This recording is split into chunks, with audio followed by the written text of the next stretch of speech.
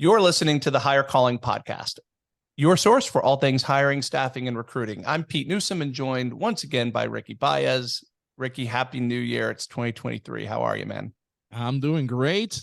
First Friday of the new year. First 51 more to go. Friday. It's a beautiful day, and the jobs report just came out, and we're looking good. We're looking good. 223,000 new jobs. Unemployment is at 3.5%.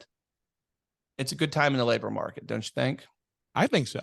I think it's a great time in the labor market right now.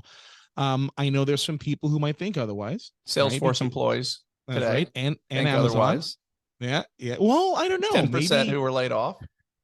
Well, if the job market is as good as what the numbers say it is, they shouldn't have any problem finding something else and still have their severance. So that's an interesting question, right? Because I guess we're just getting into this today. No fanfare. But the all these company employees have been laid off from large tech companies. Were probably had it pretty good. Did you see the video that went around of a day in the life of a Twitter employee about a month ago? Yes. There was a LinkedIn one that went around, and LinkedIn seems to be doing okay. I don't think they've announced any layoffs, but this Twitter employee went through their day, and she didn't seem to work at all. All right, and meetings, Starbucks. Yeah, there was meetings at one point. Yeah, right. Who knows what those were about? Maybe where they were going. Later on at night. Later on, yeah. Up on the roof, and just it looked like a spa day. Yeah, and and I know from my past life that in current today and who we recruit, these folks make a lot of money at these tech companies. They're flying pretty high. So I don't think it's as easy as just finding a new opportunity that's consistent. There's been some significant layoffs. So it's a bit of a contrast, right? You have the jobs reports that keep coming out looking great. American companies are creating jobs at a significant rate, continue to beat expectations. I think something like 8 months in a row, maybe even 9. I think that they beat the forecast in terms of new jobs created. Unemployment remains at historical lows. How do you reconcile that? And then yet all these companies are having layoffs, and we know what's going on with inflation. We know that there's some bad signs in the market, but to me, these things don't seem aligned. They don't, Pete, and I think this is the second time we've talked about it because it's just a little bit of confusion. Now I get it. The numbers, the job numbers that came out, it is all jobs in the United States. Whereas what we're seeing right now is the layoffs is kind of like on the tech side, the Silicon Valley side. It's so I know that's a smaller piece of the pie than what the job numbers represent. So I guess what I'm saying is I would like to know why those positions are open. Like, I'm sorry, those job creation numbers, where are they coming from? What part is because somebody left because they went to be a 1099 employee or they got fired, whatever the case may be. I would like to see how that breaks down. But nonetheless, low unemployment numbers is a headache for HR managers. It's great for the economy. And the opposite is also true there, Pete. Obviously, because when unemployment is high, it's an HR manager's dream because you get to fill requisitions quickly, but it's just bad for the economy. So I'm a little bit biased from an HR point of view. Yeah, well, it's also, what we've seen, we saw some, what I deemed to be unnatural hiring a year ago.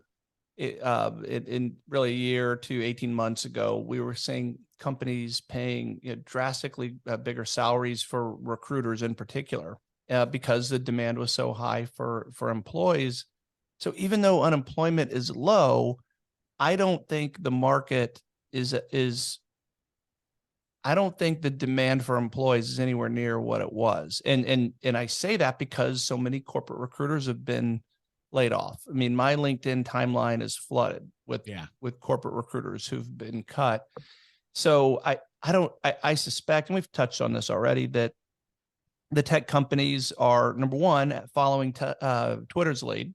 So Elon came through and cut a bunch of companies, employees, jobs that he deemed unnecessary. He made a big deal about that. It was very public.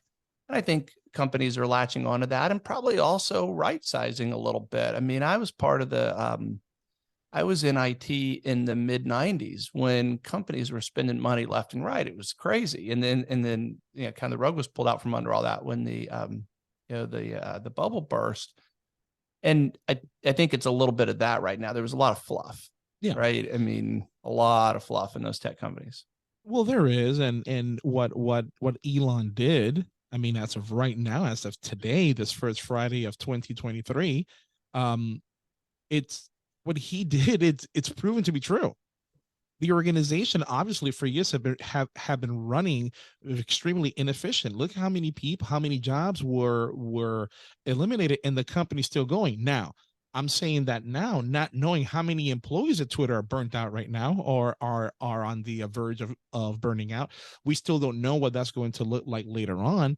But you're right. It's last year we saw the exact opposite. We saw the offers kind of going more than what we were accustomed to seeing, and you called it on this show. You and I were having the same conversation last year, how the pendulum was going to swing hard the other way. And here it is right now. We're seeing it right now. So now let's see how far. That's a perfect way to put it, right? Yeah. The pendulum is swung back, and what was unnatural has to settle.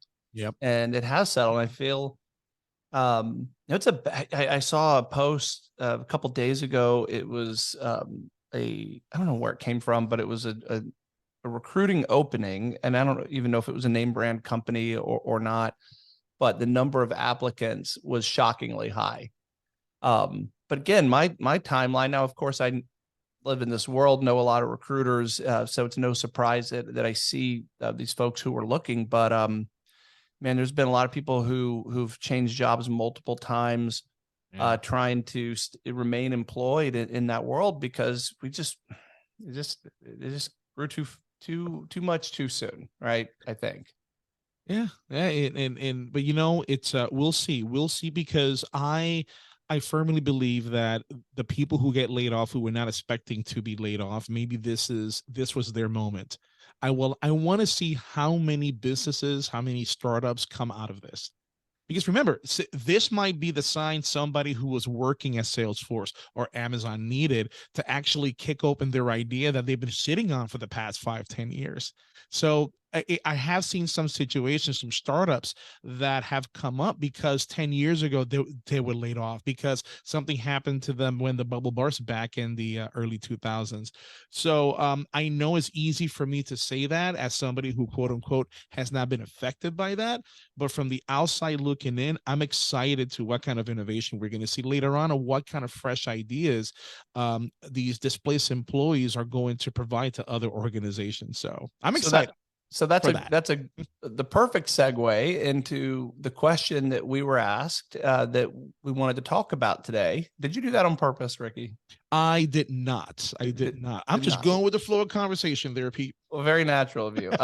Innovation is absolutely necessary relative to this question that we were asked, which is someone wrote in and said, I'm worried that ChatGPT is going to eliminate jobs, including mine. Help, what can I do?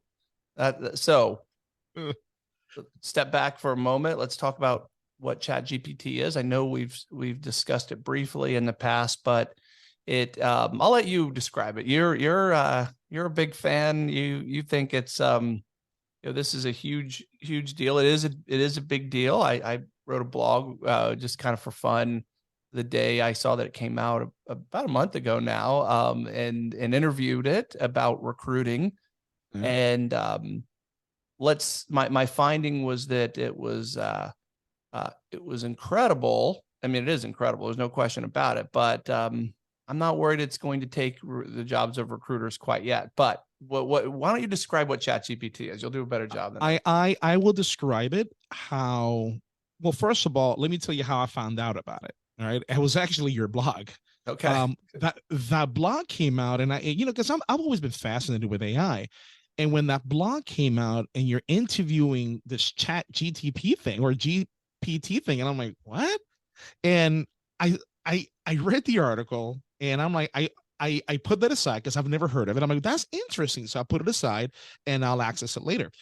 I was having some conversations with some people later on, and that same conversation came up, and I'm like, oh yeah, Pete did an article on that. Then I took a deep dive. Let me tell you, folks, the power of this thing. It's I don't think people yet realize. So let me give you an example.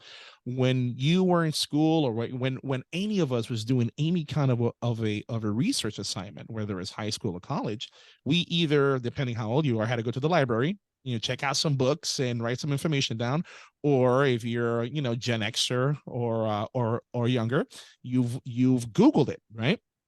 You Google some information, you grab the information, and based on the information you've aggregated from Google, you create your own thoughts, your own essay based on what you found.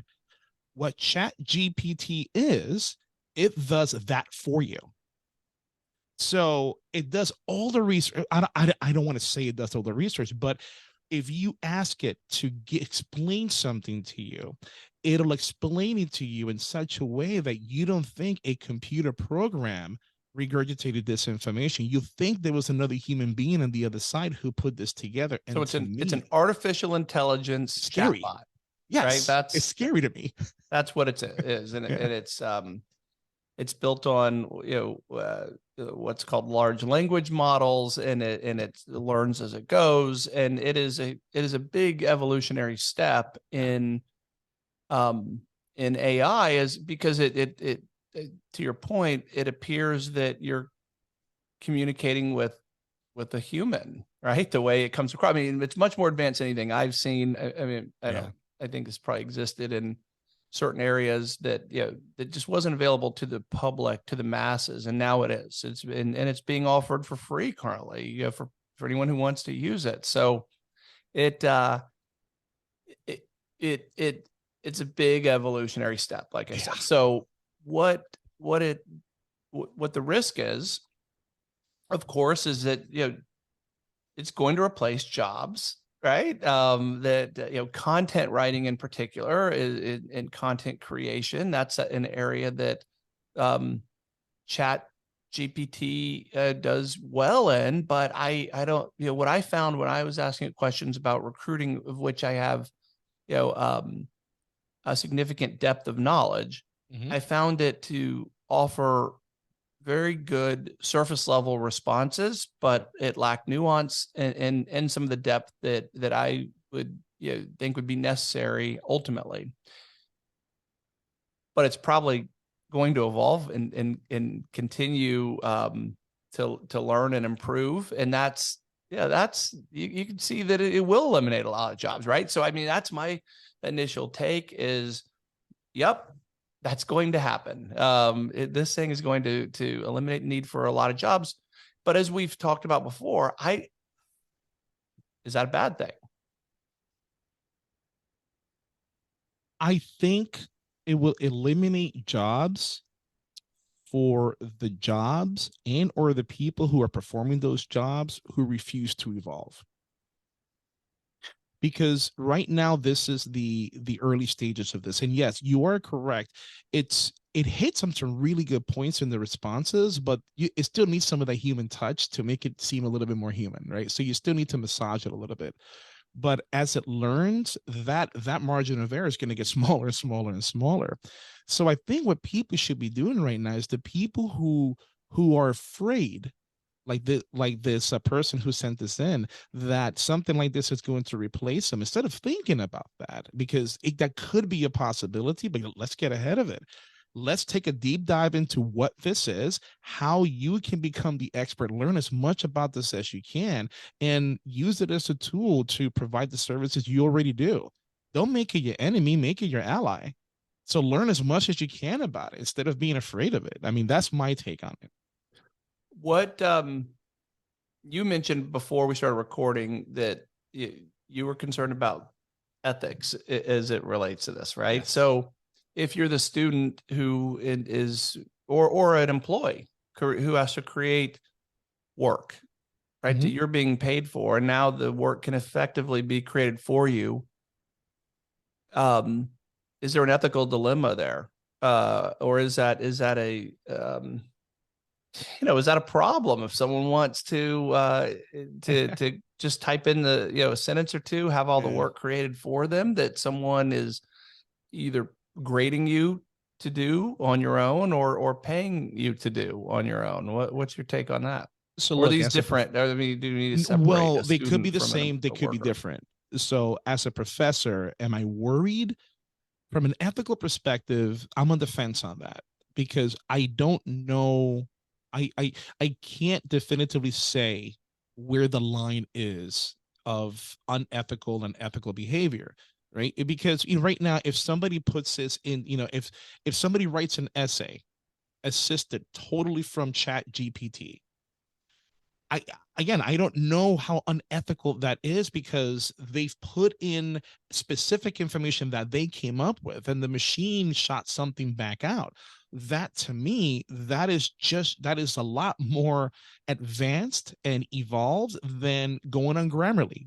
You and I talked about that. Or maybe if I spell something wrong and I look it up in a dictionary before Windows 95 or Windows 90, whatever, and now it tells you. So at what point is the ethical dilemma in the conversation? And I don't know. I'm Well, on the fence on that. I think it depends on what the objective of the assignment is, right? So if you are a math student and you are supposed to learn formulas that will allow you to comprehend how to reach an answer, but there are times where you shouldn't use a calculator because it would cut the corner, so to Mm-hmm. speak, right? You wouldn't have to know the formula, you just have to know how to use the calculator. But on as math advances, and it's almost like you don't need to learn that formula anymore, right? The formula is now known, and if you comprehend the bigger picture with it, then there's a need to use a calculator, right? To advance. I mean, and so I guess what I worry about is just from the student perspective. Well, if you don't, I mean, you I got a still great need to learn some example. basics, right? Grammar being one, because how do you know if it's wrong if you don't understand, um, you know, if you don't have the basic grammar skills? And but you could also make a case, right? And I know this is what we've talked about in the past. Like, I don't know how to fix my car. Right? But I don't need to know how to fix. I don't know how to grow my own food. I mean, fundamentally, I mean, like theoretically, I do, but Mm-hmm. I don't actually know how to do it. But I'm never going to have to. So my time is better spent doing other things because we have a division of labor. And so Mm-hmm. this further divides labor and what needs to be done so humans don't have to spend time research. I mean, because going to a lot, yeah, I mean, a student going to a library and digging through volumes of books and journals. I mean, I guess you could argue that there's work ethic that they learn through that, and their way of thinking and processing things evolves. But does that really serve them well? Right? Could their time be better spent doing something else? So hearing you say that, I mean, I got a great example for you, right? But it's let me address what you just said because it's this is the part a lot of people are missing. Maybe the ethical dilemma that we're applying, or I'm thinking about applying to this now, is outdated, right? It may have been a dilemma 10, 20 years ago, but not today because the need for me to learn things is not necessary because now, I mean, I don't have to hike anywhere. I don't have to be a long distance runner. I have a car, right? So I no longer other than for health reasons, right? I don't need to run long distance. But I guess what I'm saying is for something like this, um, right now, the only ethical dilemma I would see is if, for example, your freshman year in college, your very first class you take is English Comp 101, right? The whole point is for you to learn how to it's a word composition, grammar, spelling, things like that. Yeah, I guess if you use Word or Grammarly for that, it's highly unethical because the point of that is for you to learn all those things that you're getting from something else.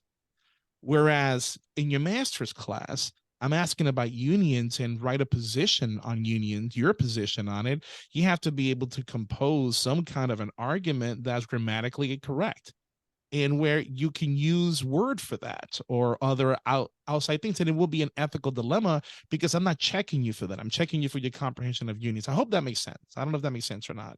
Well, it does. It all depends on what the objective is, but can you fast forward to a point of in society or human evolution where you say there's no reason to spend time learning proper grammar because computers will do it for you. I mean, I personally think that we've dumbed down speech, to a pretty significant degree just in the last 20 years, where things are acceptable that in just human interaction and writing and just regular conversation that I would I see and think, oh, that's awful grammar, right? But it exists and no one seems to care. So I don't think that's making us better as a society. But on the other hand, that's a matter of perspective. But wait, I'm sorry. Hold on.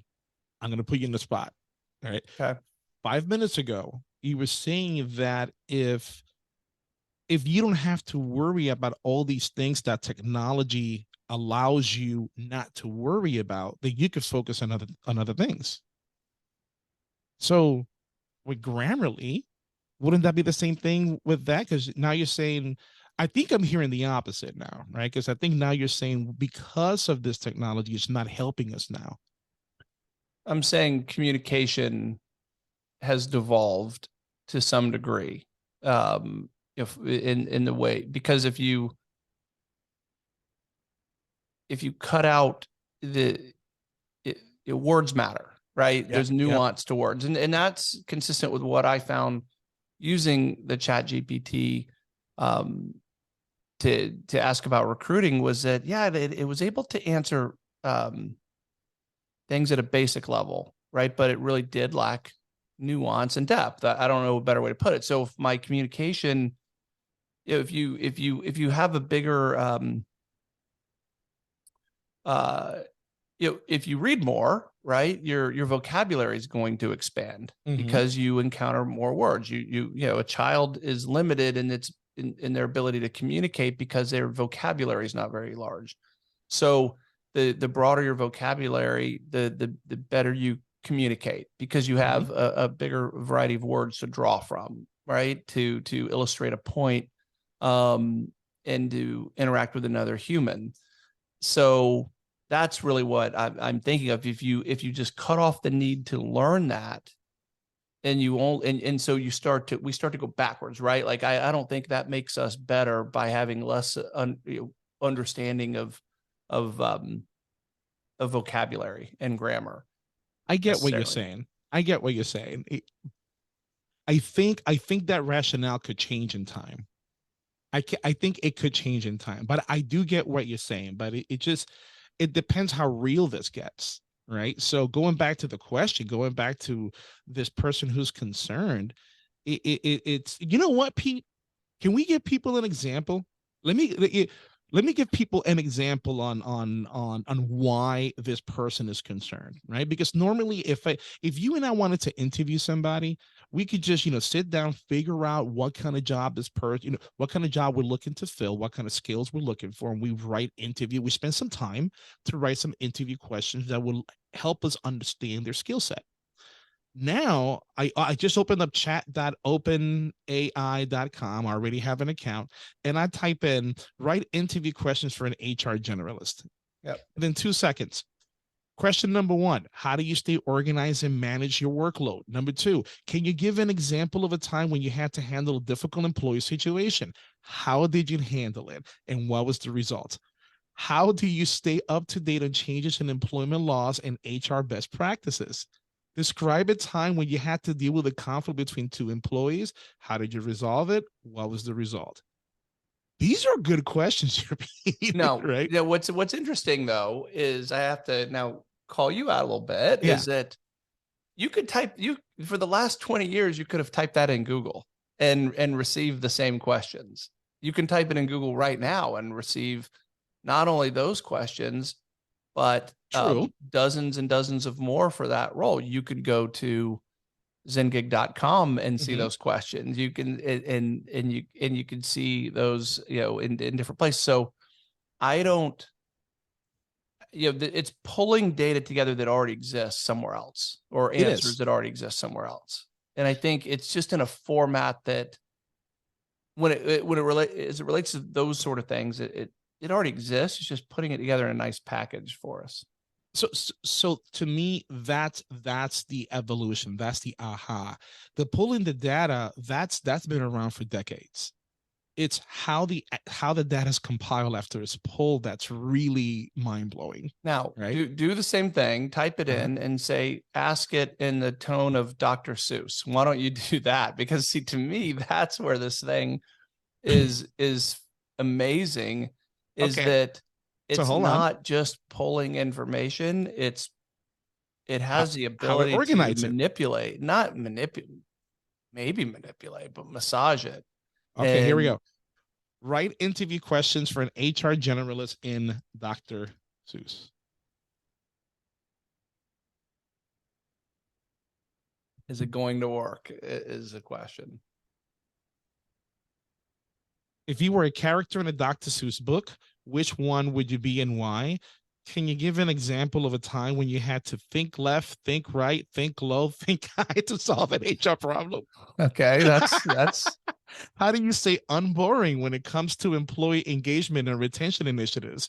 How do you handle trouble in the Truffleville? what was it? Trouble in the what? Sorry.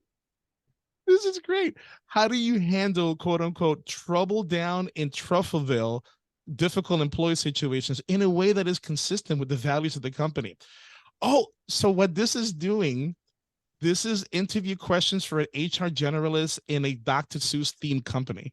Okay, there you go. Well, do it. I mean, if you did it in, you could do it as limericks, you could do it as rhymes, you could, there's that's what is crazy about this. So Okay. back to Yeah. back to the jobs. Is it going to eliminate jobs? This person who wrote us didn't say what job that they're in, but depending on what they do, then the answer may be yes. The certain jobs will no longer be necessary. They'll be automated. This has been the way of human evolution for since beginning of time, and it may be an unsettling thing. It may be a scary thing. It may be a bad thing for some people, but for society as a whole, um, it's going to change us a lot. I think that's what we can agree on for sure. Is it and those who pay attention, right, can stay on the curve. If you ignore it, then that's where trouble is going to come from. I mean, I'm paying very close attention to this now, and I am too. other things like it. And while I'm hearing you say that, because I'm thinking, all right, we're lobbing easy balls over here. We're not giving this, we're not challenging this. So I'm gonna make it a little bit challenging here. So now I typed in, you are a talented people manager and went to Harvard Business School.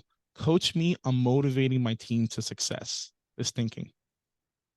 So I did this the other day and it spit out some things. It gave me a little synopsis about what I need to be doing as a leader and what ideas, how to motivate my team. And I'm thinking, man, I could see a lot of frontline leaders using this on their one-on-ones to kind of help them. So, it came back. Here we go. All right. So I asked it, you are a talented people manager and went to Harvard Business School. Coach me and motivating my team. Here's its response. Sure, here are a few tips on motivating your team to success. Number one, set clear goals. Make sure that your team knows exactly what is expected of them and how their work fits in the bigger picture. Number two, provide regular feedback.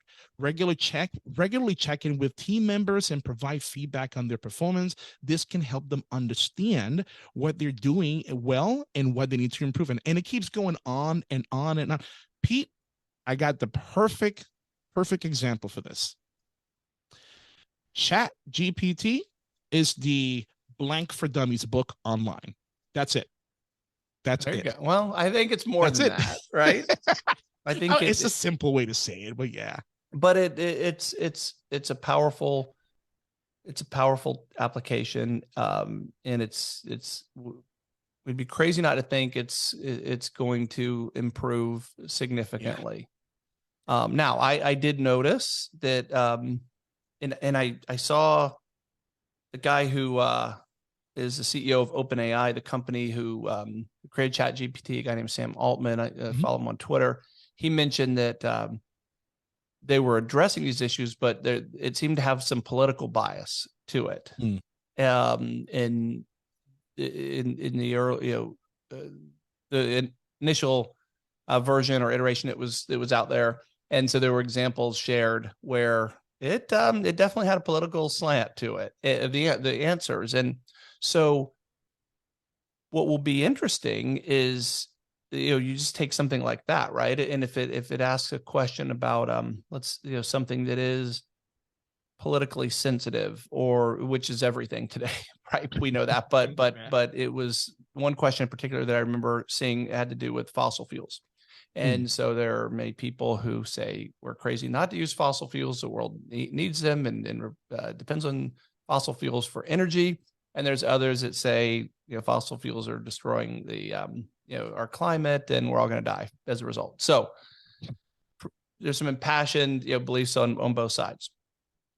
But this thing took a stance on it about the use of fossil fuels. And if there was a competing product, and there will be many competing products to this, and they give contrasting information, they give contradictory answers, well, that leads to its own problem, because who's right? Is Fox News right, or is MSNBC right?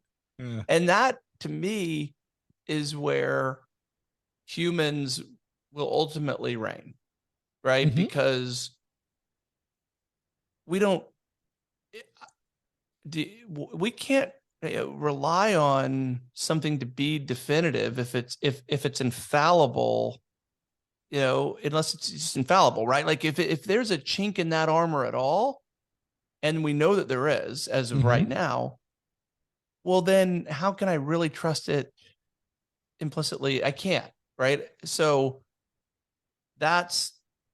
it's like humans will ultimately rule the day, because look, there aren't versions of truth in there just aren't. And we've kind of evolved where we say they are, right? I mean, we have very public figures, elected officials who are on video and very blatantly, and writing, and there's data that indicates there's dishonesty, blatant dishonesty. And the media will tell you that didn't happen, right?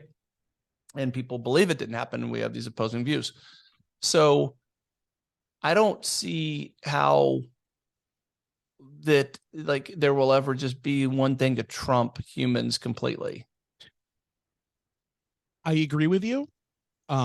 With something like this, Mark Cuban said it best about 5 years ago. Mark Cuban said, I might massacre this quote. He says, don't bother going to school and getting a degree right now in coding and building apps. That market is saturated.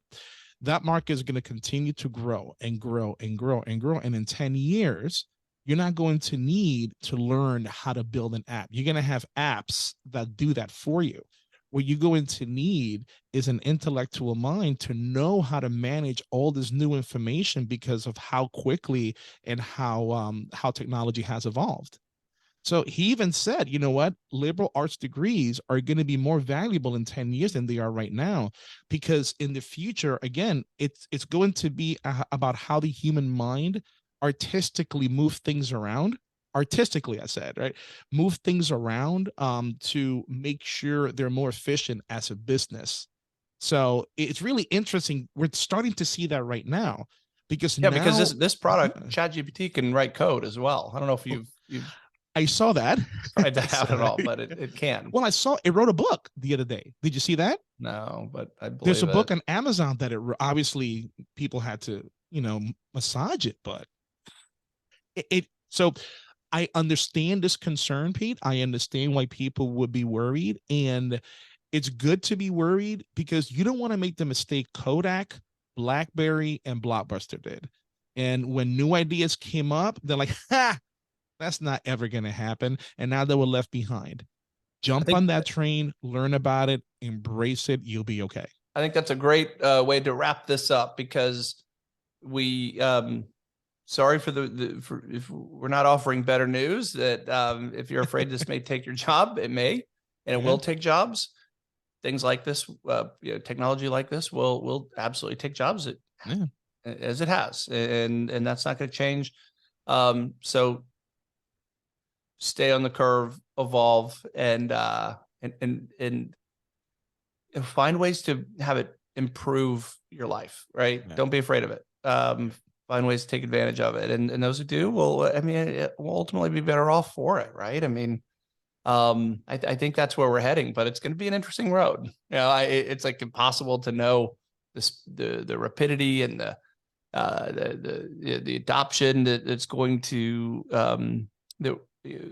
that's ahead of us with these things, but we do know that it's coming, and it's it's already here. So yeah. Hold on, write a recipe for healthy tacos.